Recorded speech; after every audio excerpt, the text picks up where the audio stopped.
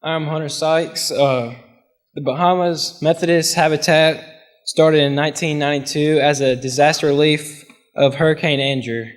Bahama Methodist Habitat is a nonprofit outreach ministry of the Bahamas Conference of the Methodist Church. Focuses on being a catalyst through the disaster response and the promotion of community within the Bahamas. It is much more than simply fixing roofs and floors. They have spread to 8 other islands throughout the country. Bahamas Methodist Habitat partners with volunteer pilots, aircraft owners, and aviation industry professionals. When you need to get supplies somewhere, aviation will make it happen. Working on these projects help the staff build relationships with the residents of these homes. This trip was humbling to see that they were so happy with very little compared to us, and we're unsatisfied with what all we have.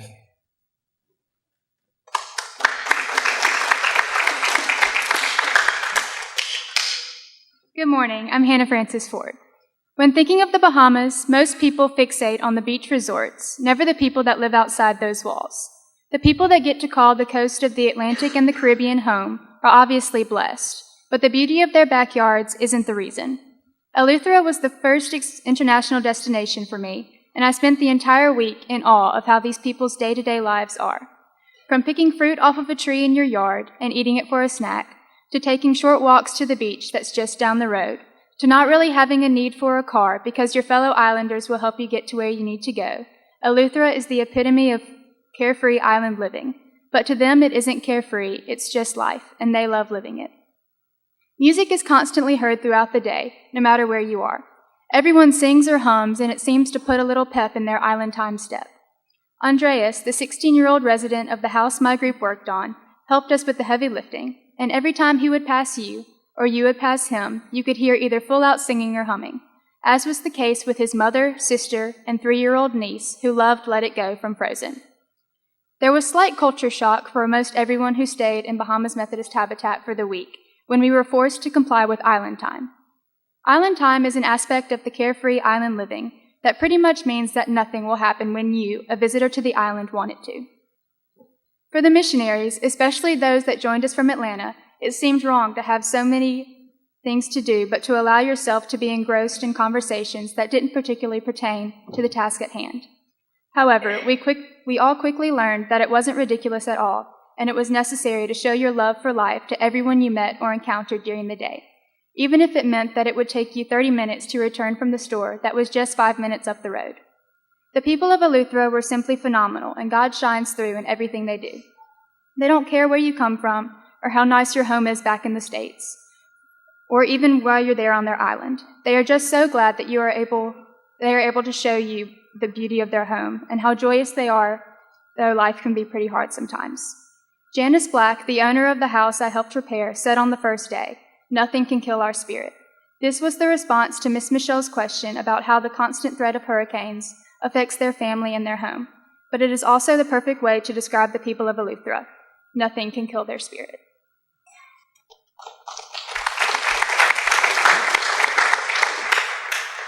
Hi, I'm Mallory Anderson. I'm going to be talking to y'all on behalf of the people of the Bahamas. This year, a partial group of our youth got the chance to go to the beautiful island of Eleuthera, one of the 700-plus islands in the Bahamas. On this trip, our eyes were opened to some completely new things this world has to offer. This includes the hospitality, love, and joy that is in each Bahamian that we encountered. Living in the hospitality state myself, I thought our hospitality was as good as it gets, and I was proven wrong on this trip. When you walk down the street past strangers, they stop you and ask you how you are and how your day is going. Normally here, I walk past strangers that I do not know, and I smile and then I move on. My group was working on a house where there was a paralyzed man and an elderly woman who could not do much when it comes to hard work around the house. Next door, there was a family with 8 kids, 4 of which were under the age of 7. The family, which was also in poverty, decided to make us mini fruit pies for our work in the neighbor's house. They did this out of the goodness of their hearts with what little they had. The joy these people had in their hearts was also inspiring. They were happy with so little, but I turn ungrateful when I don't get one of the many material things that are definitely a want and not a need. In Eleuthera, transportation is very limited. Many people walk their ways to work. Most, however, stand on the side of the road where they can expect to be picked up by other natives and driven where they need to go, unlike what is normal here, where we speed past others on the side of the road and act as if we didn't see them. I think that all of these things that I saw during the Bahamas can be put into action here in Columbus. I no longer settle for just smiling at strangers, and I'm trying my best to be joyful and grateful each day that God has found me worthy to wake up another day and give me a chance to spread His love to strangers.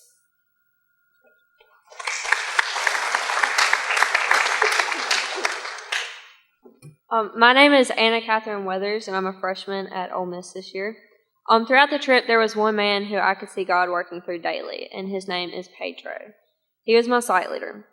From day one, he showed up to work with the biggest smile on his face. It was so big and genuine, it could light up a room and make anyone's day better, and I'm not exaggerating. After hearing his story, that smile became a symbol of his faith in God and a complete eye-opener for me. Pedro told us that he and his wife had recently separated, and she was being very ugly to him. She had kicked him out of the house, knowing he had nowhere to stay. In turn, he had been forced to sleep on the beach for several nights. A kind stranger found Pedro on the beach one day and invited him to stay with her. She told him that he did not have to worry about the money right away and that he could have time to get it together. That was an act of kindness that is nearly unheard of here in the United States. In order to pay his rent, Pedro has to work 2 jobs. During the day, he works with Bahamas Methodist Habitat, and at night, he works as a bodyguard. He told us that he barely gets any sleep. Nevertheless, he showed up with a huge smile every single day and a great attitude. He taught us all new skills and was patient and encouraging when we messed something up. Even after all the unkindness he was shown by his wife and others, his love for her and everyone else never faltered. He always thought that everything would work out for the best. For me, Pedro has become a great friend and role model, one that I will cherish for the rest of my life. His faith in God's mysterious plan inspired me to question my faith and build a stronger foundation in Christ. Hi, my name is Macy Walters, and I'm going to talk a little about what we did on our work sites in the Bahamas. Whenever our group of 40 people departed for the island of Eleuthera, we had no clue just what type of work we would be doing. Many of us hoped for different things. For the boys, hard manual labor, like building churches or roofing. For the girls, activities to interact with the people there, such as VBS or ministering to the community. It wasn't until my team of 8 people arrived in Hatchet Bay, a small community on the island, that we realized how much poverty the island of Eleuthera had and exactly what God had in store for us. In front of us, our team sat in an old, dilapidated concrete house in dire need of a paint job, looking just about as bad as any house I had ever seen before. However, the main thing that caught our eye immediately when we arrived were the 2 Bahamian girls standing at the front door staring at us. A woman walked out of the house and introduced herself as Jaquil, and after seeing we had trouble with the name, explained to us that it was like Shaquille O'Neal except for a J instead of an S. Jaquil introduced the older girl as Brianna, her 9-year-old niece visiting from Nassau, and the younger girl as 3-year-old Nene, a nickname for a name that we still haven't figured out how to pronounce. After getting the royal tour of the house, we were blown away by how this Bahamian family lived. 2 bedrooms with hardly any furniture, just mattresses and blankets on the floor. No sink or refrigerator, just a shelf for food in the kitchen. A bathroom that had no shower yet, only a toilet. Our team of 8 was nervous to tackle such a tough job, but excited to try and create a better living environment for the family that had already held a tender place in our heart. Our team leader, Bush, a Nassau native that devotes his summers to helping out BMH, quickly proved to us that women could do just as much work as men. Our team consisted of 6 females and only 2 males, but Bush explained that he liked having the group with the most females, because other groups were afraid to work them, and afraid to work as he was not. Bush determined who would do each job by picking up a power tool, which most of us girls had never used before, and determining who was the most afraid of the tool. Whoever qualified as the most scared was given the task of using that tool the rest of the week to remodel the house. For example, Evelyn Ray was terrified of the power saw at first, and probably for a good day after she was taught how to use it. However, by our last 2 work days, Evelyn was able to measure out wood and tile and cut the appropriate amount needed to be used by a person for whatever job. Bush did this with each person, using his never-ending patience to teach us, earning him the nickname Angel from Emily. Bush spent at least 2 hours teaching Taylor D. and me how to use drills, and longer teaching Emily Hayes, Emma Rose Davis, and Hannah Francis to tile the shower wall. Luckily, Hunter Short, Cameron Whittle, and Miss Michelle Whittle already had some knowledge of how to do these things and assisted us. By the end of the week, our team had successfully torn up the hard tile floors with hammers, built a tall cabinet with 4 shelves, built a counter with a tile countertop and a sink to go in the kitchen, and tiled the new shower in the bathroom. However, throughout the week, perhaps the most important thing that we felt we accomplished on the work site was growing closer to the family we worked with. Whenever Brianna left in the middle of the week to return to Nassau, it was a very sad moment for all of us since we had grown so close to her. Andreas, the 16-year-old brother of Jaquil, helped us to remodel the house, and never was he seen without a smile. Many times we begged him to sing for us, and finally he broke down and sang Happy along with us, a song that fit his personality perfectly. Jaquil and Janice, her mother, became some of our best friends, and we loved to hear the stories they told in their beautiful accents and their amazing ability to share everything they had, even the food they ate with their team. However, the person that we grew closest to without a doubt was Nene, the 3-year-old girl that was so innocent and sweet and melted your heart over when she sang Let It Go from Frozen over and over and over again. Our team grew closer on this worksite than we dreamed possible, and with some hard work and sweat and a lot of patience from our leader Bush, we were able to turn a house into a home for a group of people we have grown to love so much.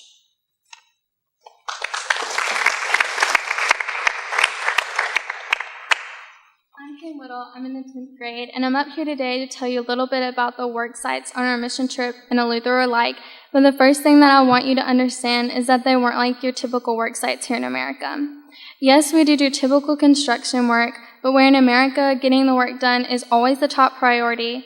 There, the most important thing on the work site was to always remember, as they say in Eleuthera, the most important person in the world is the person standing in front of you right now. Throughout the week, getting to know the homeowners and the families that lived in the houses was always put before making sure we finished a project or got all of the work done for that day. We were able to do this because the people of Eleuthera always led an example, showing us that the relationships we have are far more important than anything else. Another thing that made our worksite less than typical was that our workers were not your typical construction workers. It's not every day you see 16-year-old girls or moms holding a nail gun and using a table saw. I can definitely say I'm sure some of the men were a little uncomfortable with us girls, but mostly me handling these tools. Pedro, my worksite leader, had to remind me about 5 times not to point the nail gun towards my face. But I could never tell you about our worksites without mentioning our worksite leaders. There are no words for them or the impact they made on all of our lives in just the little time we spent with them. They never lost their patience with us on the worksite, and they always put so much love in the way they taught and helped us. I can honestly say I would have been so lost on the worksite if it weren't for Pedro and his constant love and encouragement towards me. The people in Eleuthera do not have the tools and technology that we have here in America. However, our worksite leaders showed us how important it is to make do with what we have and not complain nor worry about needing more. Not only on the worksite, but everywhere we went throughout the week, I was constantly being surprised and amazed by the people in Eleuthera, and I am truly grateful for the relationships I formed and the chance to be shown Christ on this special island.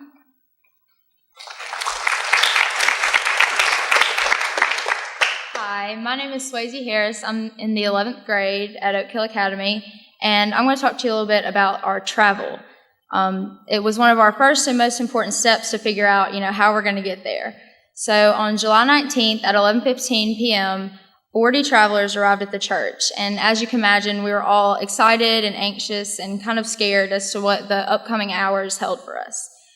We loaded onto the charter bus and left the church around midnight. And sleeping on a bus is not the most comfortable sleep one could get all night. We were on top of each other, leaned up against the window. Trey was in the aisle, sprawled out. But we made it to Atlanta, and after security checks and a food court breakfast, we boarded our first flight. And this flight from Atlanta to Nassau was my very first time flying in an airplane. So I know from personal experience that not many things make you feel closer to Jesus than when you're about to take off in a plane for the first time. So as I was chanting scripture, our plane took off, and an hour and a half later, we landed once again safely in Nassau, another step closer.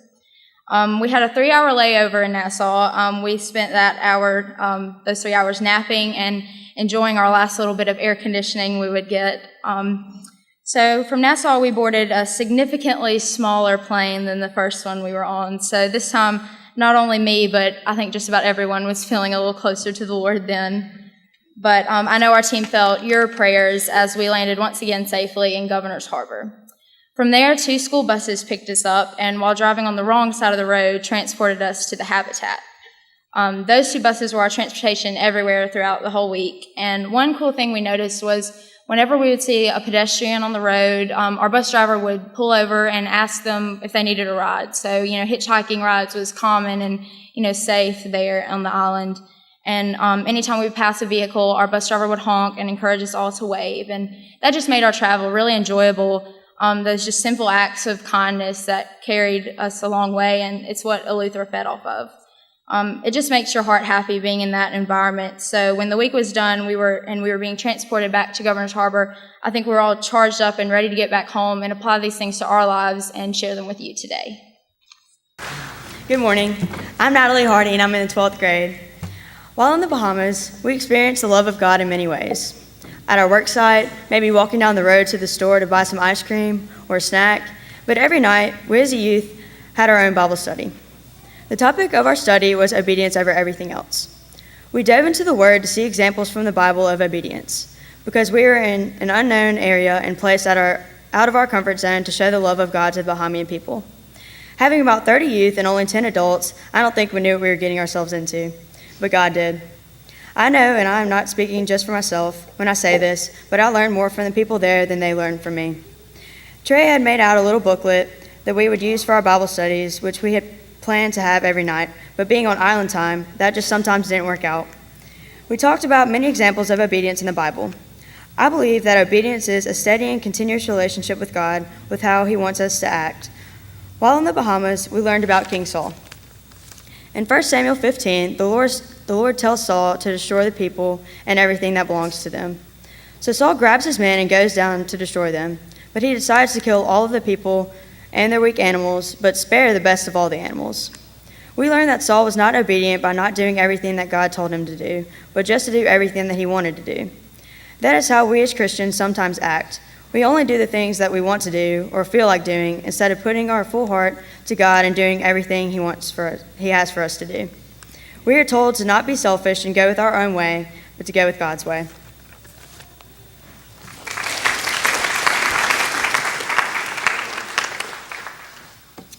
Hello, my name is Mike Davis, and I was fortunate enough to go on the mission trip with our youth to Eleuthera, Bahamas. I've been asked to speak on the adult perspective. I was amazed at how our young people reacted and grew on this trip.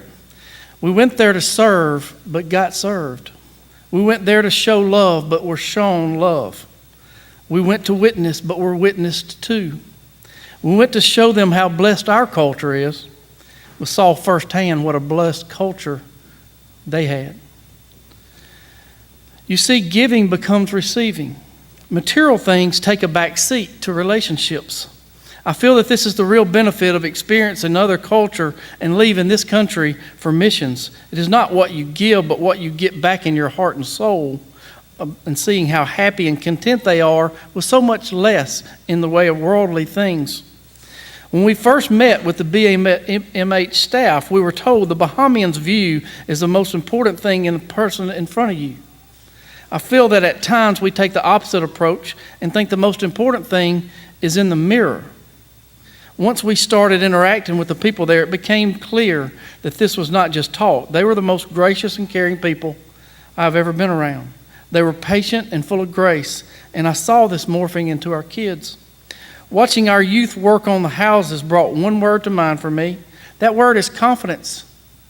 Henry Ford is quoted as saying, "Whether you think you can or you think you can't, you are right."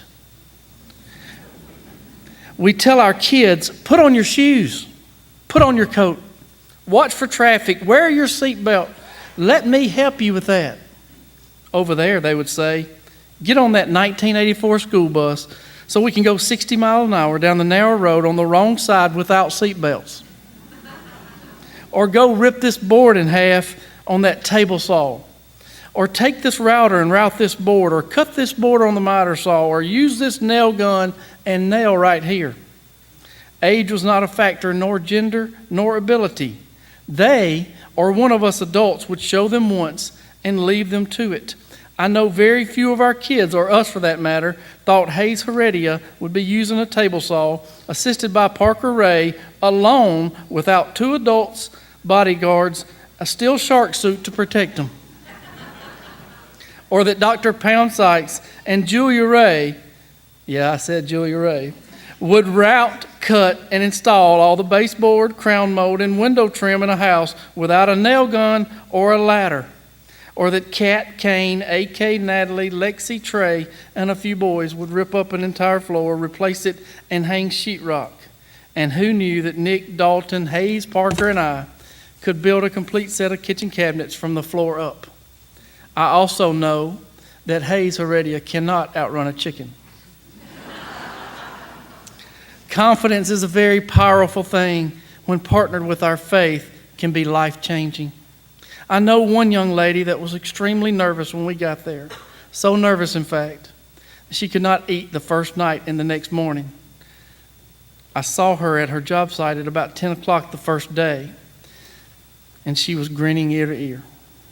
There was a little girl about 3 at the house where she was working, and she happened to remember that she had brought some coloring books and crayons for the flight over, and they were still in her backpack. Guess who got them? This transformation was complete, and she smiled the entire week and would have brought that child home if allowed. Who do you think received more in that exchange? I'm proud of you, Emma Rose. I'm in awe of our kids and how they gave themselves to the people there. They spoke to everyone and showed kindness and grace. I can only speak personally about the youth that were on my jobs, but I know through conversations with the other adults that this was evident in all of our kids. On the last day, I was working with Nick Ellis, and we had finished our cabinets except for half the top and the doors. Nick came to me and said, "Mr. Mike, I'll skip the excursion day tomorrow if you want to come back and finish these cabinets. I hate to leave them unfinished." Oh, I wanted to stay with him, but we really had to get back and go with the group. That just shows the impact that was made on Nick, and I know others felt the same way. I just sincerely hope that we keep this giving spirit in us through life here at home and go out and get involved here also. I cannot tell you how blessed I was by our kids and look forward to getting back. One of these days, I just might not come home.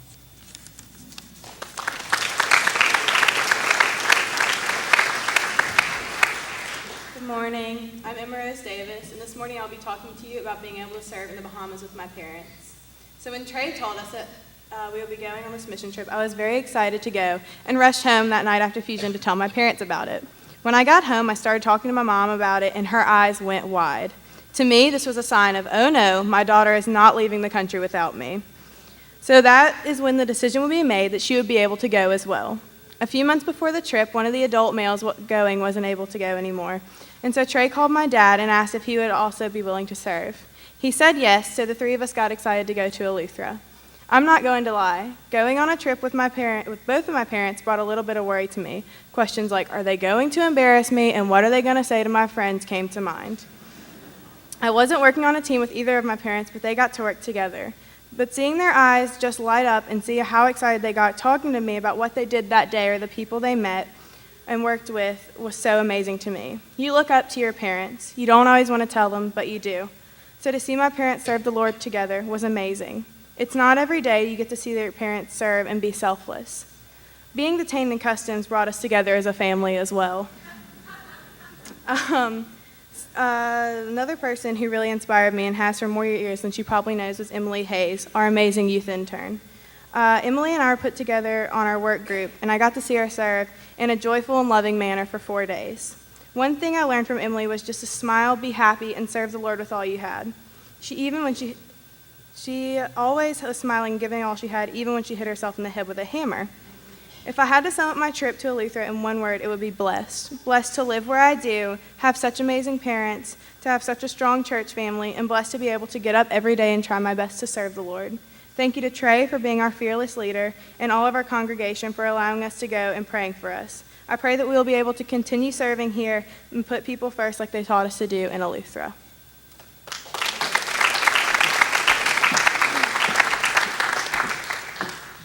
Good morning. The title of my speech is A Reluctant Mother. A year ago, when Hannah Francis came home from youth and mentioned that Trey was scheduling a mission trip to the Bahamas, 2 things came to mind. One, I wasn't going to chaperone, and Hannah Francis would never want to go that far away from home without me. But as people say, we plan and God laughs. As the fall sped along, she began to talk like she actually might consider going, even if I didn't. I tried my best to change the subject or just ignore her. When it came down to the last day to sign up, she made herself perfectly clear. She wanted to go.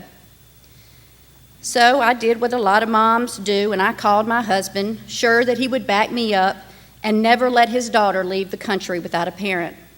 And in true sitcom fashion, his response was not one of support, but one of utter betrayal. I think it would be good for her, he said. And to anyone who saw my reaction that Wednesday night at supper, it wasn't pretty. Trey sat patiently as I sobbed uncontrollably in his office. I couldn't even articulate what was really wrong. My guilt that I didn't want to go, that she could go without me, that I had watched way too much Dateline NBC to let my 16-year-old daughter travel internationally, that it was a lot of money for a tight budget. But at the end of the evening, I decided to let go and let God. Hannah Francis officially would be going on the FUMC youth mission trip to the Bahamas. The school year flew by in a flurry of activities.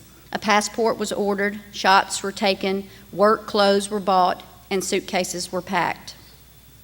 My silent prayer for a non-deadly hurricane was not answered, but when I watched her ride off on the bus to Atlanta, a popular line from one of my favorite songs came to my head.